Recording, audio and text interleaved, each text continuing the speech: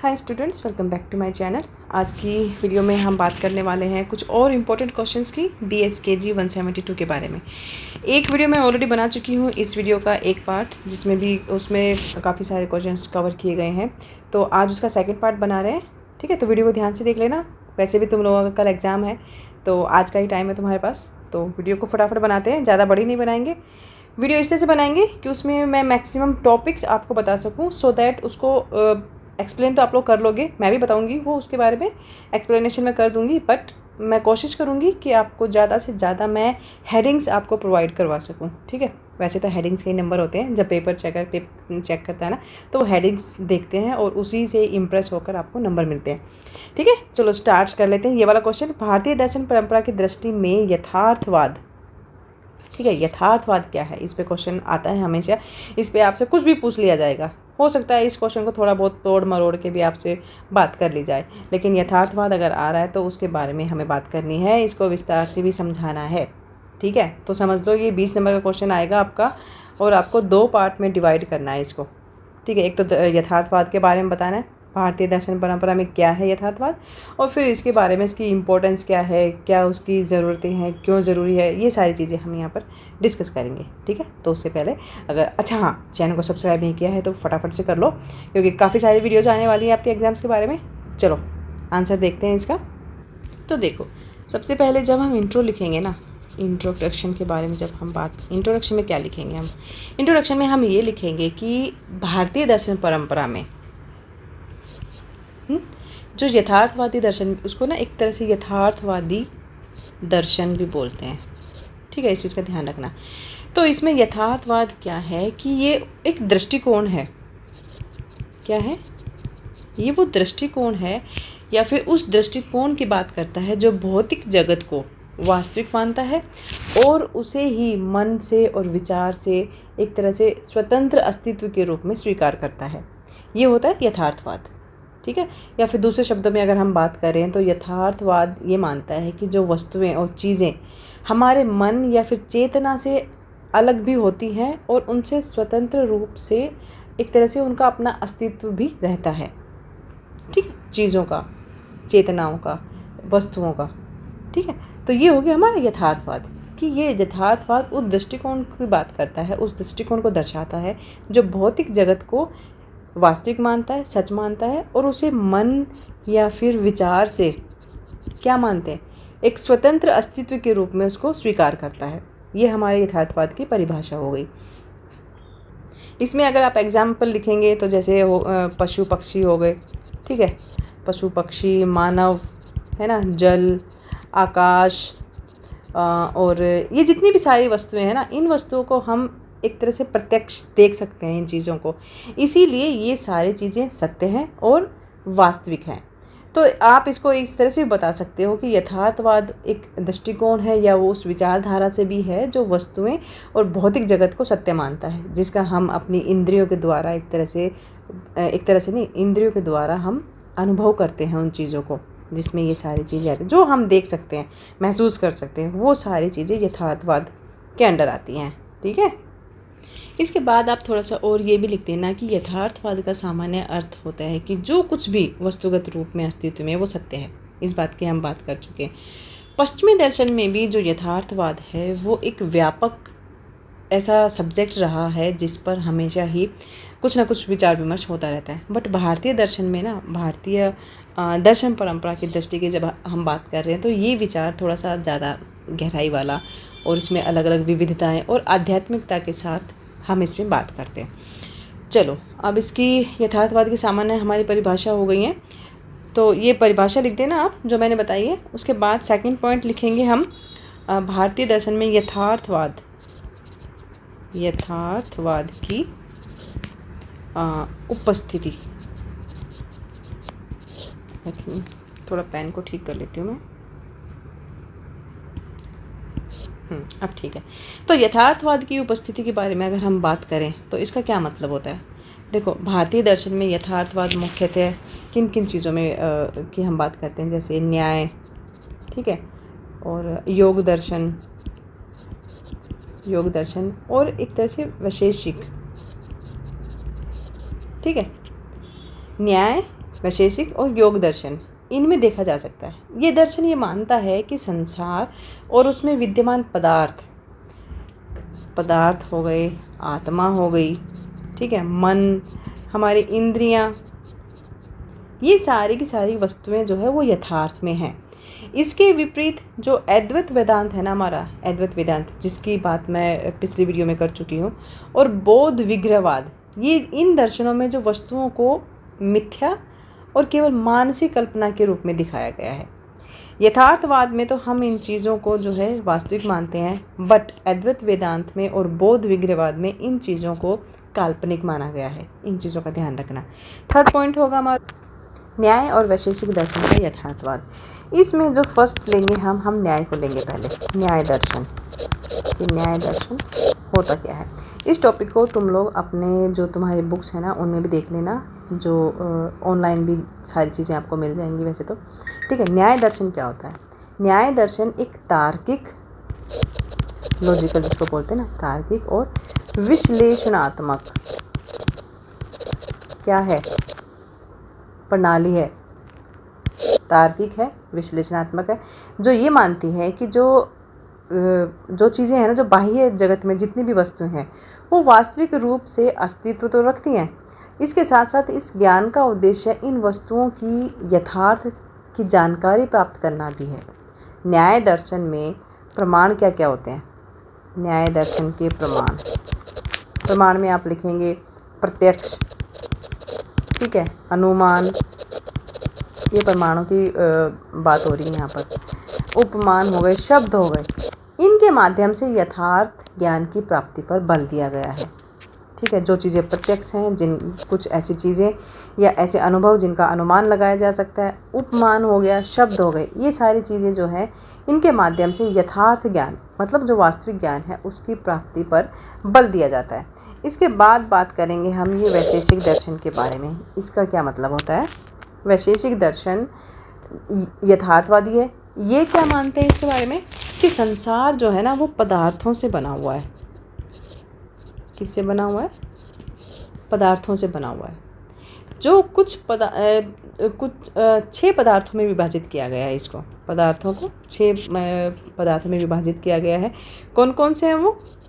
द्रव्य, गुण, कर्म, सामान्य, विशेष, ठीक है, और समवाय। ये 6 जो पदार्थ हैं इसमें विभाजित किया गया है। इस दर्शन के अनुसार, वैशेषिक दर्शन के अनुसार, पदार्थ जो है, सब्सटेंस जिसको बोलते हैं, ठीक है, सब्सटेंस जितने भी है उसके गुण जो होते हैं ना वो स्वतंत्र सत्ता के रूप में अस्तित्व रखते हैं। अर्थात ये बिल्कुल ही वस्तुनिष्ठ यथार्थवाद का समर्थन करता है। जो ऑब्जेक्टिव रियलिज्म है ना उसकी ये समर्थन करता है उन चीज़ को। 4th पॉइंट लिखेंगे हम योग दर्शन और यथार्थवाद। हर चीज़ को हमें यथार्थवाद के साथ जोड़कर ही बताना है। पतंजलि का जो योग दर्शन है ना वो भी यथार्थवादी है। उसमें जो आत्मा है, आत्मा मतलब पुरुष, ठीक है, और प्रकृति, ये 2 चीज़ें हैं। इनको स्वतंत्र और यथार्थ, एक तरह से यथार्थ सत्ता माना गया है पतंजलि के योग में जो दिखाया गया है। प्रकृति में 3 गुण बताए गए हैं, सत्व, रज और तम, ये होते हैं, और इन्हीं से संपूर्ण विश्व का विकास होता है, सत्व, रज और तम के द्वारा। पुरुष जो है ये आत्मदृष्टा है,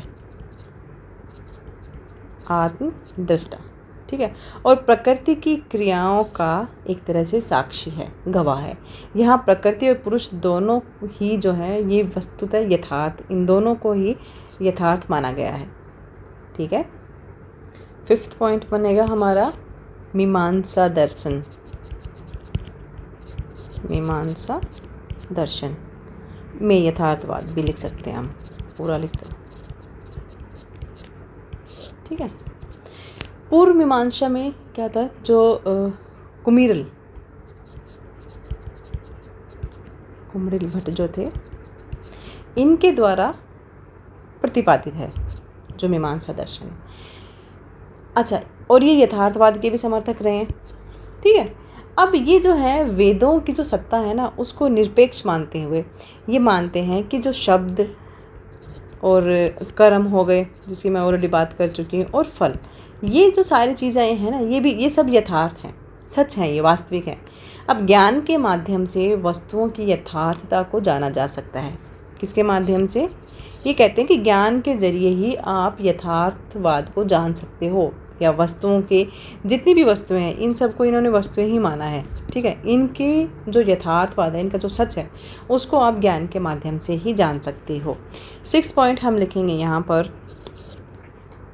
अद्वैतवाद की थोड़ी सी बात करनी पड़ेगी यहाँ पर फिर से। ठीक है, वेदांत, ठीक है, इसमें यथार्थवाद,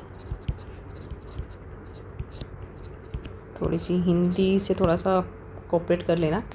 आदि शंकराचार्य ने ये प्रतिपादित किया या ये विश्लेषण किया इसके बारे में कि अद्वैत वेदांत के अनुसार ब्रह्मा जो है, जैसे कल हमने बात की थी ना, ब्रह्मा ही एकमात्र सत्य है और पूरी जो जगत है वो अस्थाई है। पूरी दुनिया ब्रह्मा के अलावा सब झूठ है, सब अस्थाई है। इस दृष्टिकोण को अव्यवहारिक यथार्थवाद माना गया है। ठीक है, क्योंकि ये ब्रह्मा को ही एकमात्र यथार्थ मानते हैं, जबकि जो बाकी का जो प्रत्यक्ष जगत है उसको सिर्फ एक माया के रूप में मानते हैं अद्वैत वेदांती। इसके बाद 2nd पॉइंट हम लिखेंगे बौद्ध दृष्टिकोण।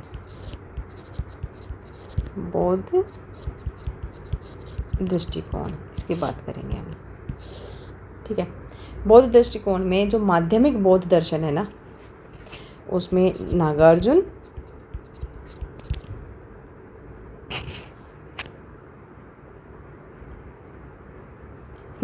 हाँ, अब बौद्ध दृष्टिकोण की हम बात करें, सॉरी और माइक थोड़ा सा डिस्टर्ब हो गया था। माध्यमिक बौद्ध दर्शन नागार्जुन, और जिन्होंने पूर्णतः एक तरह से शून्यवाद, किसको? शून्यवाद को उसका पक्ष लिया है, और वो भी क्या बोलते हैं कि जितनी भी वस्तुएं हैं उनको शून्य या फिर निर्गुण मानते हैं। वो शून्य या निर्गुण मानते हैं। ये एक प्रकार का ना सापेक्ष यथार्थवाद है, जिसमें वस्तुएं केवल नाम और व्यवहार के स्तर तक ही सत्य मानी जाती है। मतलब इस सापेक्ष यथार्थवाद में जो वस्तुएं हैं वो केवल एक तरह से सिर्फ उनका नाम और उनका व्यवहार, जो उनका कोई भी वस्तु है उसका जो नाम है या उसको जिस व्यवहारिक उसका यूज़ किया जाता है, बस इतना ही उसका सत्य माना जाता है। बाकी उन चीज़ों को यहाँ पर भी शून्यवाद ही माना गया है। इसके बाद हम 8वां पॉइंट लिखेंगे चारवाक का दर्शन। चारवाक दर्शन है जिसे भौतिकवादी यथार्थवाद कहते हैं। भौतिकवादी यथार्थवाद कहा जा सकता है। केवल जो प्रत्यक्ष प्रमाण को ही मानते हैं, जो चारवाक दर्शन वाले होते हैं ना, ये भौतिकवादी यथार्थवाद, मतलब चारवाक दर्शन जो है जिसको भौतिकवादी यथार्थवाद कहा जा सकता है, ये जो है ना, ये केवल प्रत्यक्ष प्रमाण को ही सत्य मानते हैं। और जैसे आत्मा, ठीक है, पुनर्जन्म और ईश्वर, इनको ये लोग नहीं मानते, नकारते हैं। ये केवल जो भौतिक वस्तुओं को ही सच मानते हैं, बाकी की ये जो चीज़ें हैं इनको ये लोग नहीं मानते। फिर है 9th हमारा होगा उपसंहार। उपसंहार की हम बात कर देते हैं। उपसंहार में लिखेंगे कि भारतीय दर्शन परंपरा में यथार्थवादी जो है वो बहुआयामी और गहराई से परिपूर्ण है। जहाँ एक और न्याय, वैशेषिक, योग, मीमांसा दर्शन और जितनी भी वस्तुगत यथार्थवाद को स्वीकार किया गया है, जो हम यहाँ ऑलरेडी बात कर चुके हैं, इसमें वहीं पर जो अद्वैत वेदांत है और बौद्ध दर्शन है वो इसे एक सीमित दृष्टिकोण मानते हुए चेतना या फिर ब्रह्मा को ही एकमात्र सच मानते हैं। ठीक है, ये हमारा उपसंहार में हम लिखेंगे। इसके बाद आप निष्कर्ष लिख देना। निष्कर्ष में लिखेंगे कि भारतीय यथार्थवाद केवल भौतिक वस्तुओं तक सीमित नहीं रहकर आत्मा, चेतना, ठीक है, और ब्रह्मा जैसे गूढ़ तत्वों तक भी विस्तारित होता है। यही इसकी विशेषता है कि ये यथार्थ को केवल इंद्रियगत नहीं मानता है, बल्कि तात्विक और आध्यात्मिक स्तर पर भी उसकी एक तरह से खोज करता है। ठीक है, ये हमारा एक क्वेश्चन हो गया। नेक्स्ट क्वेश्चन देख लेते हैं हम। सेकंड क्वेश्चन जो हमारा इम्पोर्टेंट होने वाला है वो है जैन दर्शन। जैनिज़्म पे भी आपको क्वेश्चन पूछा जाता है, कई बार बुद्धिज़्म पे भी पूछ लिया जाता है। यहाँ पर हम जैन दर्शन की बात करें कि जैन दर्शन के जो प्रमुख सिद्धांत हैं उनकी व्याख्या करिए। ठीक है, इस पर यह भी पूछ लिया जाता है कि जैन दर्शन के प्रमुख सिद्धांतों पर क्या डालना है, प्रकाश डालिए। ठीक है, प्रकाश डलवा रहे हैं तो भी वही आंसर लिखना है, व्याख्या पूछ रहे हैं तो भी वही आंसर लिखना है जो मैं बताने वाली हूँ। ठीक है, टेंशन नहीं लेना। चलिए इसका आंसर लिखते हैं। सबसे पहले तो हम इंट्रो लिखेंगे।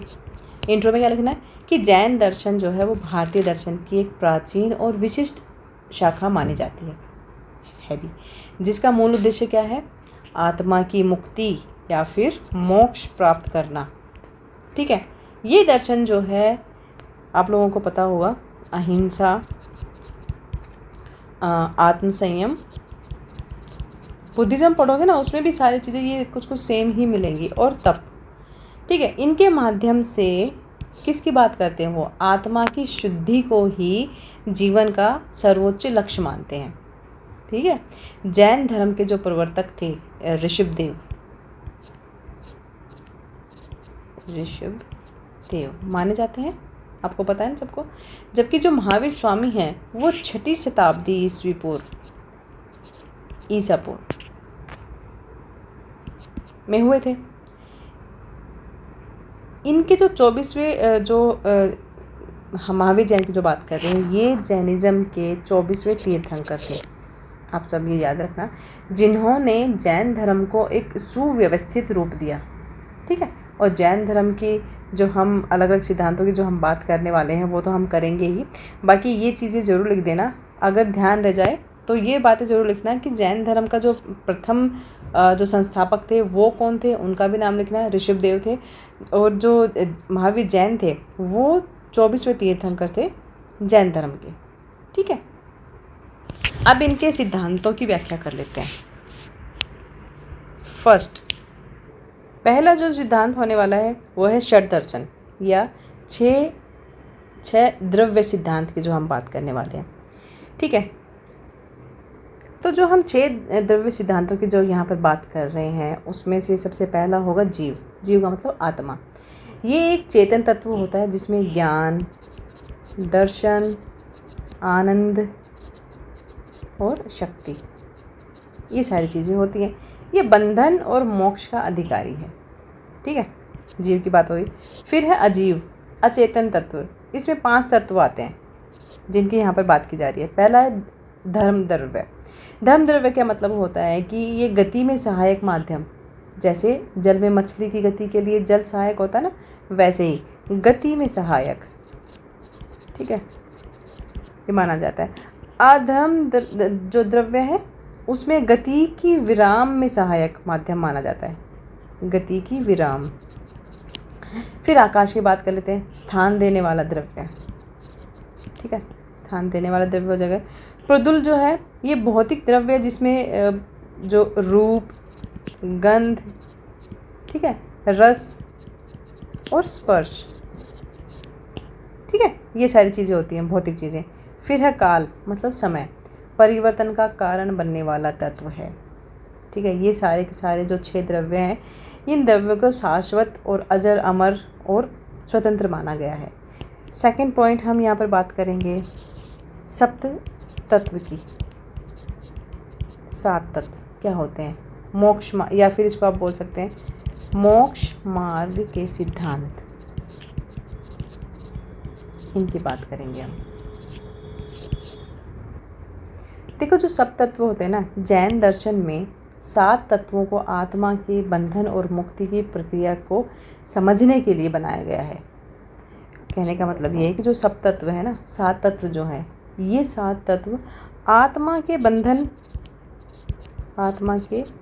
बंधन और मुक्ति, ठीक है, कि जो प्रक्रिया है ना, उस प्रक्रिया को समझने के लिए बनाया गया है।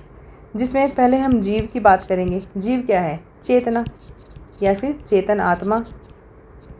फिर अजीव क्या हो गया? इसका उल्टा हो गया, अचेतन आत्मा। तीसरी हम बात करेंगे अस्पर्व की। इसमें है कर्मों का आत्मा में प्रवेश, ठीक है। बंध का क्या मतलब हो गया? आत्मा का कर्मों से बंधना, ठीक है। संवर, नए कर्मों के प्रवेश को रोकना, ठीक है। यहाँ पर कर्मों की बात हो रही है, ओके। निर्जरा है पुराने जो भी कर्म है उनका क्षय करना या उनको ख़त्म करना। Got it? मोक्ष होता है बंधन से मुक्ति प्राप्त करना, बंधनों से मुक्ति प्राप्त करना। अच्छा, निर्जरा से तुम लोगों को कुछ याद आया? एक सलमान खान की पिक्चर आई थी जिसमें तेरे नाम, उसमें जो हीरोइन थी उसका नाम शायद निर्जरा ही था ना, जहाँ तक मुझे याद आ रहा है, तो मुझे एकदम से क्लिक कर गया। चलिए नेक्स्ट देख लेते हैं हम। नेक्स्ट हमारा पॉइंट बनेगा त्रिरत्न, ठीक है। 3 रत्न, ये 3 रत्न होते हैं मोक्ष मार्ग के। 3 रत्न होते हैं मोक्ष मार्ग के, ठीक है। मोक्ष प्राप्ति के लिए जैन दर्शन में 3 अनिवार्य साधनों का उल्लेख किया गया है, जिसे त्रिरत्न बोलते हैं। आप लोगों ने पढ़ा होगा स्कूल में, सम्यक दर्शन, याद है ना, और सम्यक ज्ञान और सम्यक चरित्र, ठीक है। सम्यक दर्शन क्या होता है? यथार्थ को सही रूप से देखना, इसमें आत्मा और परम सत्य पर श्रद्धा होती है। सम्यक ज्ञान क्या होता है? सम्यक ज्ञान होता है कि जो जितने भी तत्व हैं, तत्वों का सही ज्ञान होना, और जो मिथ्या ज्ञान होता है वो जो मिथ्या ज्ञान होगा वो मोक्ष के मार्ग में बाधा बनेगा, ठीक है। सम्यक चरित्र, संयमित और सदाचारी जीवन। संयमित का मतलब ही संयमित होता है, जो सम्यक लिखा हुआ है ना, ये एक्चुअली इसका मतलब होता है संयमित। और सदाचारी जीवन, बिना चरित्र के ज्ञान और दर्शन सब व्यर्थ होते हैं। तो इन त्रिरत्नों को अपनाकर ही जीवन जो है वो मोक्ष की तरफ अग्रसर होता है, ये जैनिज्म में बताया गया है। 4th पॉइंट हमारा होगा अहिंसा का सिद्धांत। अहिंसा की बात किए बिना तो जैन धर्म और बौद्ध धर्म की हम कल्पना ही नहीं कर सकते। अहिंसा के सिद्धांत में क्या है कि जैन धर्म जो है अहिंसा जो है वो जैन धर्म का सबसे महत्वपूर्ण और मूल सिद्धांत रहा है, ये आप लोग जानते हो, है ना। जैन धर्म के अनुसार जितने भी जीव हैं उनमें आत्मा होती है। किसी भी रूप में हिंसा आत्मा के विकास में बाधा डालती है। इस सिद्धांत का पालन केवल कुछ कार्य करने के लिए नहीं, बल्कि वाणी और विचारों में भी किया जाना चाहिए।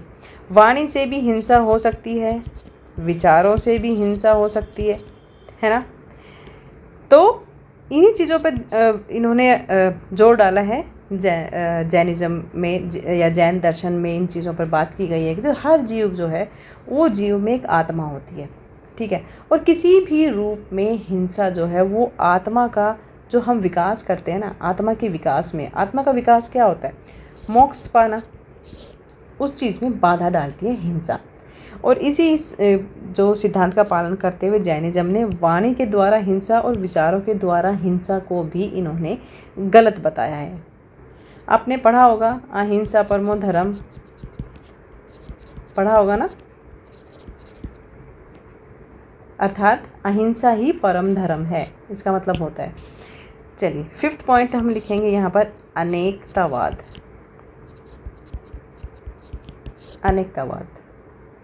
ये जैन दर्शन का भी एक काफ़ी इम्पोर्टेंट सिद्धांत है। इसमें ये बताया गया है कि सत्य जो है वो बहुआयामी होता है, सत्य को बहुआयामी बताया गया है। और किसी भी वस्तु या विचार को केवल एक दृष्टिकोण से ही नहीं समझना चाहिए, बल्कि हर वस्तु के अलग अलग पहलू हो सकते हैं। इस दृष्टिकोण से उस चीज़ को देखना चाहिए और सभी दृष्टिकोणों से सत्य को समझना चाहिए। ठीक है। इस सिद्धांत में भी ना सप्तभंगी या फिर 7 प्रकार की दृष्टियाँ, 7 प्रकार की दृष्टियाँ, अब उन दृष्टियों के बारे में हम बात करेंगे। इनके बारे में बताया गया है। सबसे पहला है अस्ति। अस्ति मतलब है। सेकंड है नास्ति, मतलब नहीं है। फिर है आस्ति और नास्ति। ठीक है। फिर अवक्तव्य हो जाएगा, अवक्तव्य हो गया। फिर अस्ति, अवक्तव्य, और फिर नस्ति, अवक्तव्य। ठीक है। और लास्ट में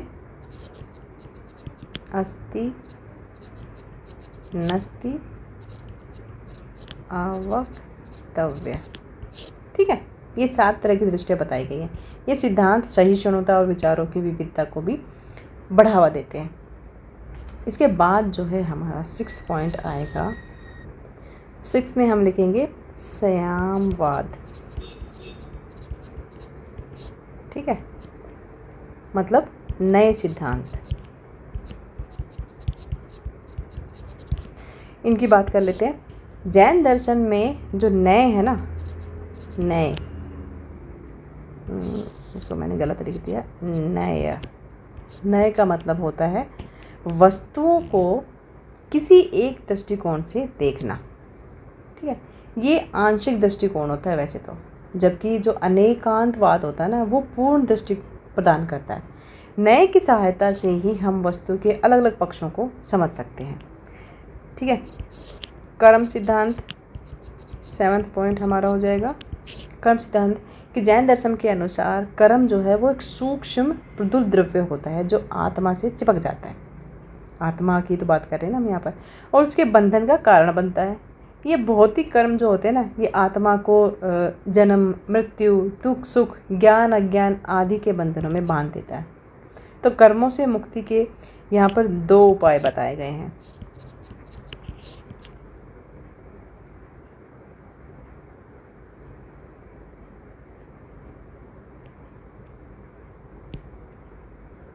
या फर्स्ट लिखेंगे हम समर और दूसरा निर्जरा। ठीक है। दोनों की बात कर लेते हैं फटाफट से। समर का मतलब होता है नए कर्मों को आने से रोकना। निर्जरा होता है जो पुराने कर्म है, तप, संयम, ध्यान आदि की मदद से जो पुराने कर्म हैं उनका ख़त्म करना, क्षय कर देना। फिर हम फटाफट से निष्कर्ष लिख लेते हैं, वीडियो ज़्यादा लंबी हो जाएगी। इसमें लिखेंगे हम निष्कर्ष में कि जैन दर्शन एक गहन और व्यवहारिक प्रणाली है जो व्यक्ति को आत्मा की पहचान, संयम, अहिंसा और मुक्ति की दिशा में मार्गदर्शन करता है। इसके सिद्धांत जैसे त्रिरत्न, सप्ततत्व, अनेकतावाद और अहिंसा ये केवल आध्यात्मिक उन्नति के लिए उपयोगी नहीं है, बल्कि सामाजिक सहिष्णुता और नैतिक जीवन के लिए भी ये सारे के सारे जो विचार हैं वो प्रासंगिक हैं। बस इतना लिख देना, ज़्यादा बड़ा लिखने की ज़रूरत नहीं है। फटाफट से तीसरा क्वेश्चन देख लेते हैं हम लोग। अब बात कर लेते हैं हमारे एक और इम्पोर्टेंट क्वेश्चन के बारे में, जो है हमारा भारतीय दर्शन की विशेषताओं का वर्णन कीजिए। यहाँ हमें भारतीय दर्शन की विशेषताएं बतानी है। ठीक है, चलो क्या बोलते हैं, इंट्रो की बात कर लेते हैं। भारतीय दर्शन बोले तो इंडियन फिलॉसफी एक बहुत ही प्राचीन और समृद्ध विचारधारा होती है। ठीक है। ये न केवल, मैं वर्ड लिख देती हूँ, तात्विक चिंतन। ठीक है, ये सिर्फ तात्विक चिंतन और सत्य की खोज का माध्यम है, बल्कि जीवन के व्यवहारिक और नैतिक पहलुओं को भी अपने में समाहित रखता है। हम फिलॉसफी की बात करें, ये दर्शन जो है बौद्धिक अन्वेषण नहीं है, मतलब बौद्धिक चीज़ों से ही रिलेटेड नहीं है, बल्कि मोक्ष, ठीक है, जिसको मुक्ति बोलते हैं, मोक्ष की प्राप्ति का भी साधन है भारतीय दर्शन। भारतीय दर्शन जो है, इसकी जो विशेषताएं हैं, इसे मतलब ये अपनी विशेषताओं के कारण ही अलग अन्य जो दर्शन प्रणालियाँ हैं उनसे इसको अलग बनाती है। ठीक है, तो हम एक एक करके इनकी जो सारी चीज़ें हैं उनको ले लेते हैं। पहला हमारा जो पॉइंट रहेगा वो है आध्यात्मिकता। आध्यात्मिकता और मोक्ष केंद्रित।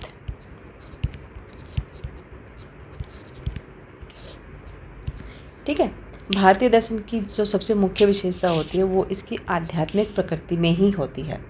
यहाँ पर जो दर्शन है ना उसका उद्देश्य केवल ज्ञान प्राप्त करना नहीं बताया गया है, बल्कि आत्मा की उन्नति, ठीक है, आत्मा की उन्नति और मोक्ष इसकी प्राप्ति है। ये जीवन को एक साधना मानते हैं। ठीक है, और उसका अंतिम लक्ष्य क्या होता है? संसार से मुक्ति और परम सत्य की प्राप्ति, ये मानते हैं। अध्यात्म और व्यवहार का समन्वय, ये हमारा सेकंड पॉइंट है। इसके अनुसार भारतीय दर्शन केवल सैद्धांतिक नहीं होता है बल्कि ये व्यवहारिक भी है। यहाँ पर आप बात करेंगे धर्म की, नैतिकता की, ठीक है, और कर्म की। इन सिद्धांतों का बहुत ज़्यादा महत्व है। गीता में तो यहाँ तक कहा गया है कि जो मनुष्य है, मनुष्य का कर्तव्य है कर्म करना, ना कि फल की चिंता करना। इसी प्रकार भारतीय दर्शन व्यवहारिक जीवन को भी एक दिशा प्रदान करता है।